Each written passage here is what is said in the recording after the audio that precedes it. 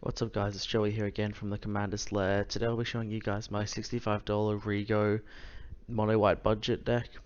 So this will be for Rigo Streetwise Mentor, the card from Yuka Penna. I don't really like this set too much. I'm not the biggest fan, but Rigo did seem pretty cool. His ability is obviously very powerful, and because you can draw up to 3 cards per turn, obviously, which is quite powerful. But in ban, obviously that's not the best thing. However, I've turned it into a mono white deck because being able to cast with green, white, white, or white, blue means that basically you can play him as just mono white commander. You can cast up with white, white, white, which obviously is color intensive. However, in a mono white deck, it's not too hard to do. So that's basically what we're going to be doing here. So Rigo, of course, is a 2/2 cat citizen. When it enters the battlefield, you put a shield counter on it, so if it would be dealt damage or destroyed, remove your shield counter from it instead. So this is sort of like fixed regenerates, which is a more powerful regenerate effect, basically.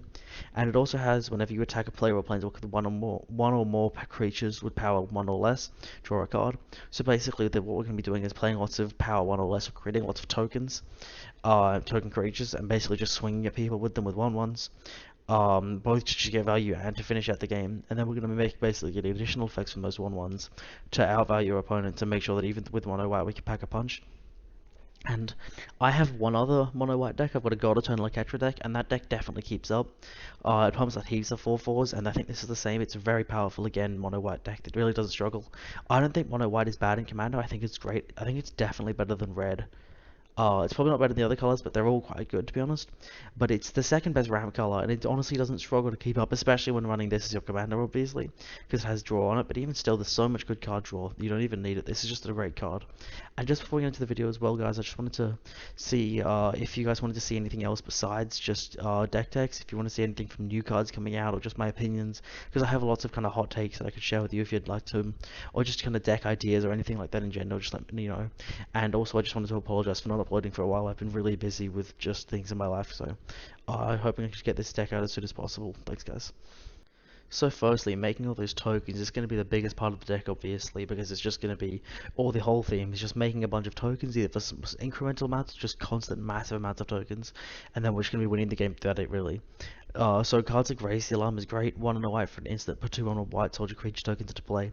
So this seems like it's like a silent achiever, because you play this on turn 2, and then play Rigo on turn 3, is a reasonably achievable play pattern. And this means by turn 3, in a mono white deck, we get to draw 2 cards, 2 additional cards, which is just incredible value. Or late game, even just tagging on an extra 2 creatures for 2 mana isn't too bad. It's a pretty cheap rate, and it's just something just cycle out of your hand to get the next thing going. So Cure the Waste is one of those big kind of finishes we're talking about. It's X and a white for an instant, put X 1/1 white or your creature tokens with the battlefield. This is great, obviously instant speed, so we can hold all of our mana up. Opponents might think we're going with some instant speed board wipe or some really great effect or something like that that'll mess with them. What we're going to be doing is just making a bunch of 1/1s that can come out and attack the very next turn if we play them on the end step before our turn. So just a great card. We can scale as well to wherever we are in the game. If it's turn 4 or 5, we can pay 4 or 5 mana into it. If it's turn 13, we can hopefully pay 10 plus mana into it and get 10 1/1s. So it's just whatever point with that at the game, it's great. And then Adeline, the Resplendent Cathar, is the most expensive card in this deck, but I think it's just well worth it. It's an amazing card, and it's just so great. It's 1 white white for Star 4 with Vigilance. Its powers equal to the number of creatures you control, so we can scale well and be a good attacker and just deter blockers with its big power. But what we're really playing for is a second ability. Whenever you attack for each opponent, create a 1/1 white human creature token that's tapped and attacking the player or a planeswalker they control. So basically what this means is every time we attack, we draw 3 cards. Which is just insane. We don't even have to attack with Adeline. We can, I don't know, I wouldn't because it has Vigilance, but say if we wanted to die, or if it was going to die and we wanted to keep it alive or whatever, we could just not attack with it, attack with, say, 1/1/1, and then create 3 others, and draw 3 cards. So for 3 mana, this is going to be 3 cards every single turn, which is an incredible value.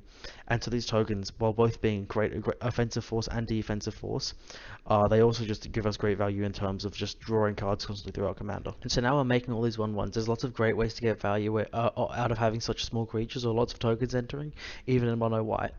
So one common way we're going to be doing this is cards like Suture Priest. It's 1 and a white for a 1/1. Whenever another creature ETBs, you can gain a life. And whenever a creature ETBs under opponent's control, you may have that player lose 1 life. So the lose 1 life for an opponent making creatures might be relevant. Maybe if they have a token deck such as ours, they won't be able to make tokens, or they will lose the game, forcing them to waste their removal on a 1/1 like Suture Priest. While also obviously again being a 1/1, we can attack with Suture Priest and get the trigger if we really need to draw a card. Otherwise, it just sits on the battlefield. And we have a couple cards like this, just giving us so much life. So it's going to draw our opponent's removal away from Rigo, because obviously it's more important at the time if we're just going to gain incredible amounts of life than to get rid of that. Even if we are going to draw heaps of cards for it, hopefully our opponent's third assessments like that. If so, we can just gain upwards of 10 life a turn if the deck's going well. Cards like Patch Up are great again. It's 2 and a white for sorcery, return to up to 3 creatures with total mana values 3 or less from the graveyard to the battlefield. So we even have some 0 mana creatures which literally account for none of this. Otherwise, just 1/1s or 1 mana creatures, 2 mana creatures, of which there are quite a few in this deck, because we are playing, I believe, 19 total cards of 3 mana value, and then 11 of 2, and then 11 1 as well. So basically, we're gonna have heaps of 1/1s and 2/2s and 3/3s, and small creatures. These cards aren't all creatures, but we're gonna have heaps of creatures entering, and just we can get back with this. It's just a great value piece. It can even get our commander back if we need to. And then cards like Benevolent Offering are great as well. It's 3 and a white for an instant. This has a political implication, so we could really make friends and allies, which can be good, because obviously mono white is really powerful, as I said. However, it can just kind of lack that late game against a lot of combinations of colors, or just more powerful colors that can obviously outvalue us, because we are still in a mono white deck. So you choose an opponent, you and that player each put 3/1 white spirit creature tokens with flying onto the battlefield. So at very worst, this is 3 and a white, you kind of get a friend, and you draw 3 cards when you attack with them, because again, instantly we can cast on an opponent's end step. Otherwise, you choose an opponent, and you gain 2 life for each creature you control, and that player gains 2 life for each creature he or she controls. So you're going to pick the player with the least creatures, obviously. There might be someone that's building a deck with 1 creature on board, might be someone who's just had their creatures removed with 0 creatures, might be someone with just 3 or 4, even it's not too bad, because we're hoping to gain upwards of like 20, 30, 40, even 50 life with this card. So obviously we're going to outvalue opponents and make sure we pick people who are going to make good allies for us. So as I mentioned, Rigo is basically going to be drawing us a bunch of cards, just constantly. 4 cards per turn if we're including draw at the start of turn. It's really, really easy to achieve, trust me. With 22 cards in this deck to make tokens, it's not going to be hard to draw 3 cards a turn, which is just ridiculous value for any deck, let alone a mono-white deck. We're never going to have a problem with cards as long as this deck doing is okay. However, I love having just a massive full hand. I couldn't fit Reliquary Tower or cards like that give us a max hand size, which there are, I believe, 3 effects off the top of my head that are colorless that do that. I don't think there are any white, and I think there's only 3 colorless. But basically, we're just gonna have so many cards, and I think it's going to even have more so these draw effects to make sure we just never run out. And even if we have to discard cards, that's not the end of the world, because I'm sure at times it's going to be lands or things that we don't need. Rumor Gatherer, it's 1 white for a 2/1. This is from New Capenna. I think this card's amazing. I really haven't looked over New Capenna much, but I just saw this and I was just blown away. This card's incredible. It has Alliance, so whenever another creature ETBs under your control, you scry 1. Just great little incremental value, especially when we're going to be attacking, drawing lots of cards. And then the second time this ability resolve this turn, draw a card instead. So this is ridiculous, because when we create 2/1s, even at the same time, we draw a card, which is just great value. So as I mentioned before, that Raise the Alarm would be 1 and a white, create 2/1s and draw a card. Otherwise, we can do this on our opponent's turn as well. So again, Raise the Alarm, it's instant speed, so secure the waste, and so are a lot of our token makers, even that Benevolent Offering. So all these cards are going to be drawing us to a card every time we play them, not even including Rigo. Is just ridiculous value. Once a turn cycle, we could draw up to 4 cards with this every single turn cycle. Mentor of the Meek is a well-known card. It's 2 and a night for a 2/2. Whenever a creature power 2 or less ETBs, you can pay 1 if you do draw a card.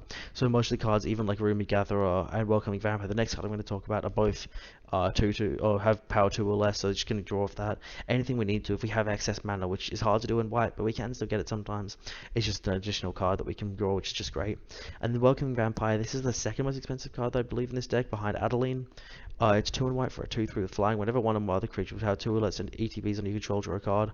This ability triggers only once each turn. So this is the exact same as Rumor Gatherer. We can make a card tokens on our opponents know, which we do constantly. It's even easier to trigger than Rumor Gatherer, but probably even a little bit worse actually in this deck because it's so easy to make so many tokens. Again, just incredible value. We don't have to pay for it like we do with Mentor of the Meek, but it's just great constant card draw in this deck, which is exactly what we need in combination with our commander. You just constantly and never have any shortage of cards and just constantly playing lands and making lots of tokens. It's a pretty simple strategy, but it works really well, especially with its additional draw effects. So now that we've got a nice full hand and we're digging through our deck, it's really easy to find those win cons to round out the game after we've made all these tokens. So these may include cards like Devout Invocation, which we do a couple of cards that do a similar thing to this, but I think this one's the best. 6 and white for sorcery, tap any number of untapped creatures you control, put a 4/4 white ancient creature token with flying up the battlefield for each creature tap this way. So the biggest issue with this card, obviously, that it's sorcery speed. We can't do this on our opponent's turn, so we're not going to get a value immediately, and obviously also they don't have haste, so we can't use the token straight away, which is just a massive hit to how good this card is. However, I still think it's amazing because if opponents don't have a way to kill those flyers, then they're going to probably die next turn very, very easily, because it's not hard to have 20 odd 1/1s in this deck. Just an incredible finisher. We have some other cards similar to this as well, just create 4/4 angels from the 1/1s. Otherwise, that's how we're going to be finishing this deck. And then Mirror Entity, I think this is probably one of the best cards in the deck. Which is an amazing card in so many decks. I think it's really underrated. It's 2 and white for a 1/1 with Changeling. You pay X and the creatures control become XX and get all creature types in Bloodstone. So what we can do, right, is we can turn them all into 1/1s and then attack with them by paying 1 mana. Obviously a small rate. And then once the attack trigger goes off and we draw all our cards, we can turn all of those 1/1s and all of our tokens into however much mana we have. So say at late game we have 9 mana, we can turn them all into, if we did the 1/1s before, 8 8s, which is obviously is very easy to win the game. If we have 28 8s, that's an incredible amount of damage. Obviously, and it's a great way to win the game. And that's basically what we're going to be doing with how to win this game, is we're going to be using the value that we create and just turning these 1/1s into something bigger, or just getting additional value to the 1/1s to make sure we can easily win with them. Okay guys, that'll conclude my deck take for this video. I hope you guys enjoyed it. I really loved making this deck. I cracked it in an Anointed Procession from a pack, and I just got inspired. Obviously the Anointed Procession isn't in this deck list, but I just really wanted to make it. I thought it'd be kind of fun to make a token deck. I saw Rigo, and I immediately thought I could make a mono-white deck. And I know a lot of people complain about mono-white not being powerful, and technically this isn't a true mono-white deck, but it is played with only white cards, and I think it's just an amazing deck. It's really funny to pull out. I loved explaining it to my friends how I was going to be playing this mono-white Rigo deck, and they were like, what the hell? And then they realized that it can be casted with only white mana. It's just a really fun deck. It really goes off. It's incredibly powerful, and I thought you guys might like it. Otherwise, if as I mentioned in the intro, if you guys would like to see some kind of a different video from me, I'd be happy to do that. I'm just kind of experimenting right now. Obviously, this is pretty new to my channel, and I am really sorry for not posting more. I've just been really busy lately. Otherwise, yeah, I was just kind of trying to figure out what you guys might want to do. I can definitely do some kind of reaction video to something, or just kind of my opinions or other ideas, or I've got heaps and heaps of stuff that I could do. Just if you guys let me know what you want, or if you'd like more deck text, let me know, or if you'd like a deck text for a specific commander as well, let me know, or even a theme, and I can make you a deck. Otherwise, additionally, on the tapped out link, which I have in my description of this video, I have a bunch of I have 10 extra cards in my maybe board that are kind of more expensive. These are like $5 to $10. I just couldn't fit in the deck. And then I have a maybe board of just 20 cards, which is just kind of good cards, just generically a bunch of really useful stuff that I thought might fit well as with the theme. I just couldn't fit it in the deck, or I just didn't find the price for it or anything like that. Otherwise, this can look my $65 deck tech. I hope you guys enjoy. Make sure you like and subscribe. Let me know in the comments what you want to see more of. Thank you guys so much.